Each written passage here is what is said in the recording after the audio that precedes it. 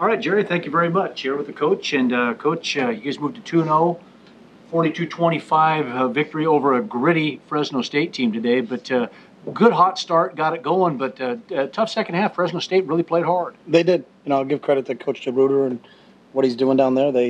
I thought the quarterback played well.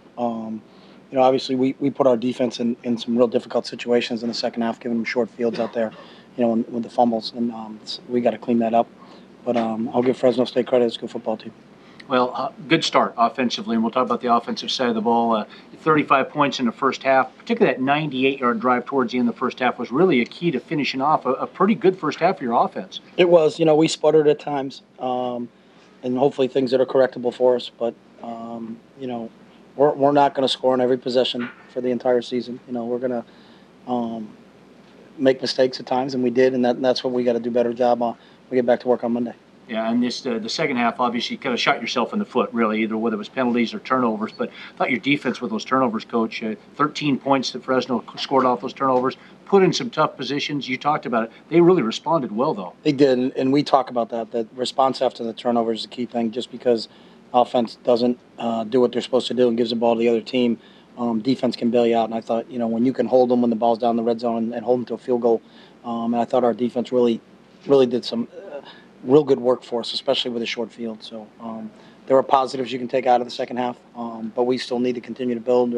We're still a young team. We're at the second game of the season, and we're learning by every new experience we have. So a lot of carries by Kenyon Barner today, but he responded. 201 yards, 3 touchdowns. Was a workhorse out there, and I think it's easy to look at. Maybe there were some struggles at times on the offense, but in the end of it, you rushed for 366 yards. Some good things happened. Yeah, he's a special player, and obviously when you jump out to a lead, more when we were in the fourth quarter, we were protecting the lead a little bit and working the clock, and that last drive I think showed a little bit something we can build upon offensively. As a positive in the second half. The third quarter wasn't very positive for us to look at from a film standpoint, but I think that last drive is something to kind of hang our hat on, and then hopefully we can continue to grow from there. It was tough to, at times, open up a few things because the field position at times was pretty poor. You guys were backed up pretty tight. Yeah, we got to clean up the penalties and stop putting ourselves in adverse situations. I think a lot of those things, I'll again give credit to Fresno State, but a few of those we contributed to. So a lot of pressure on Derek Carr, and he responded very well. You talked about how well he played, but nonetheless, you guys put a lot of pressure on him, which was a key to interrupting a lot of the stuff that they had. We did, and we knew he was the key. We had to stop him. He's certainly very, very talented. Was impressed with him on the field today. Thought he had a lot of poise, and we got after him, and he just kept coming back and coming back. So, again, give him credit. I think he's a real talented quarterback. And with Burse and Adams on the outside, too, very good test for your corners out there. They're good wide receivers. They are. Caught the ball extremely well. Good challenge for us. We got good film to coach off of, and we'll get ready to go play next week. And some special teams things today, too. A lot of coverage that you were able to get, but some kickoff return opportunities that you didn't have in that first game. And again, a lot of things, like you just said, from a film standpoint to look at. It was. They started to pooch early when DeAnthony was in the game, and we started rotating back there. They started to kick off a little bit, so we got some things to work on. We picked up a penalty in one of our kickoff returns, so we got to do a better job there. But overall, again, for us to get to 2-0, be at this point right now, 1-0 on Saturday night is what we always talk about, and we won this week. We'll come back in, watch the tape as a staff tomorrow, and then our kids are back on Monday, and we're getting ready to play week 3. Well, in the end, that's what it's all about. 42-25 winners over Fresno State. Coach, 2-0. We'll talk to you next week after Tennessee Tech. Thanks, Jordy. All right, Jerry, back up to you. I have Dion Jordan and Brian Jackson in the other room. We'll go ahead and start here with Rob. Questions for Coach Kelly. Chip, it seemed like by the end, 3 or 4 of your regulars on the offensive line were on the sideline. To what extent, if any, do you think protection issues were a factor in that third quarter when you were kind of struggling to get going? You lost me. I'm 0 for 1 right now on the first question. O-line seemed pretty banged up by the end of the game. To what extent, if any, when you were struggling on offense, were protection issues? Yeah, everybody plays. Everybody goes, so you get your opportunity to play, you got to capitalize on it so that we don't look at it and say, hey, you didn't start the game, so it's okay to miss a protection or that. But a lot of times when you look at it, when sacks occur, sometimes, it's not always what people think sometimes. It may not just be the line. It could have been, which way we directed it. It could have been the receiver not running the right route, so the quarterback has to hold the ball a little bit longer. So, when we do take a sack, or we do give up a sack, there's a lot more people involved in it than just the offensive line. Some of it's on the quarterback. Could have been a hot throw, and that was the guy that was coming clean, and that's his guy. But I got to look at the tape, and we'll look at the tape as a staff. But we certainly have to correct that. Chip, you had a play on in the second quarter. It was third and 12, and you handed the ball off to D'Anthony, who got a 13-yard gain. What does that mean to have a kid on the team who can, obvious passing down, but you can still make a running call there? What does that mean?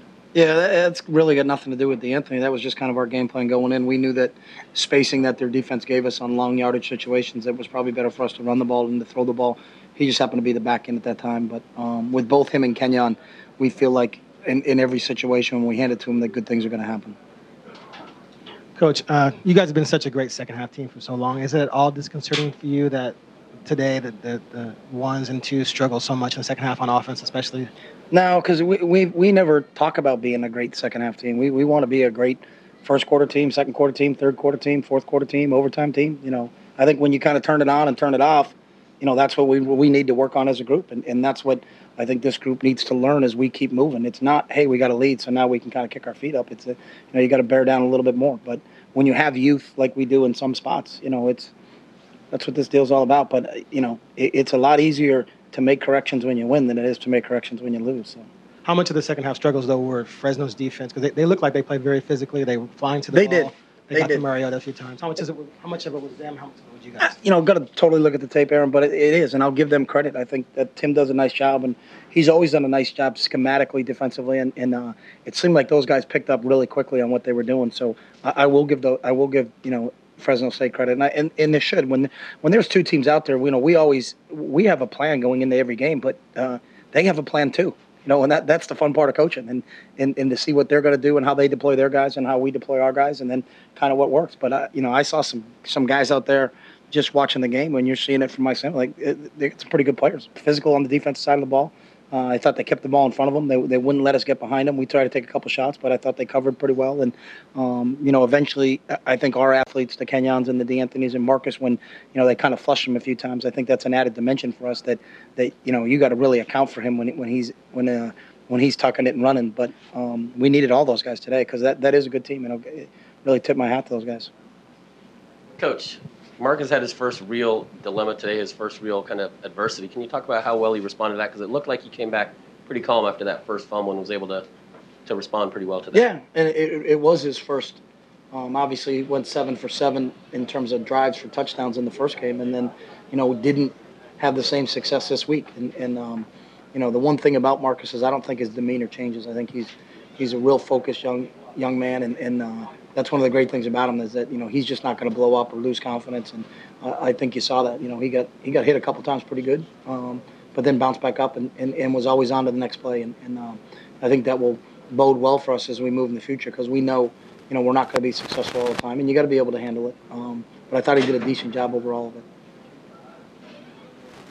Chip, you guys lost Josh Huff early in the game. Mm-hmm. I mean, and is there concern about your receiving core when you look at, especially without him, you guys may not have that deep, big play threat at receiver right now. When someone goes down, we next guy's in. That's football. At every level, no matter where you are, whether it's the NFL, college, high school, you go. So if anybody in our team, when you saw Josh go down, is like, oh my God, we're in trouble because we don't have Josh anymore. I mean, that's what these guys practice for. That's what we coach for, and we got to go to the next guy in, and that's been our mentality since I've been here. That's why we don't talk about it. Next guy go, and let's go. We still didn't change our game plan. So. I do have Josh Huff and BJ Kelly in the other room. Any other questions for Chip?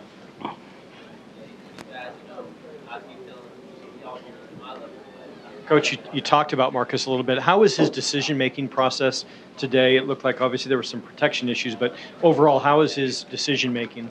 Overall, he was decent. Got to look at the film more to see the particulars, but overall, I thought Marcus did a nice job. Dwight, no tie? No, sorry, let you down. I talk about you being the best dressed guy every time. I am still. Fentress. Sad to say. Fentress went tie today. My imagination, or were your center snaps a little more erratic today than they have been? Either me and you got really bad eyesight, or you saw the ball sprayed around a little bit. So I saw the same thing you saw. So yeah. we how obviously, much does that impact what the quarterback ends a up little doing? bit. Kenyon made some. We did not have any direct snaps into the tailback today, but that happened. So we certainly need to to talk to him. Sometimes he seems like he gets in a rhythm sometimes, and that happens, and we just need to, we got to coach that a little bit better. But they were off a little bit today, and that can disrupt your timing. So fortunately, it did not hurt us, catastrophically where the ball's on the ground and something's happening, but it does disrupt the timing of the play. So. Anybody else? All right, Coach Kelly, thank you. Thanks, guys.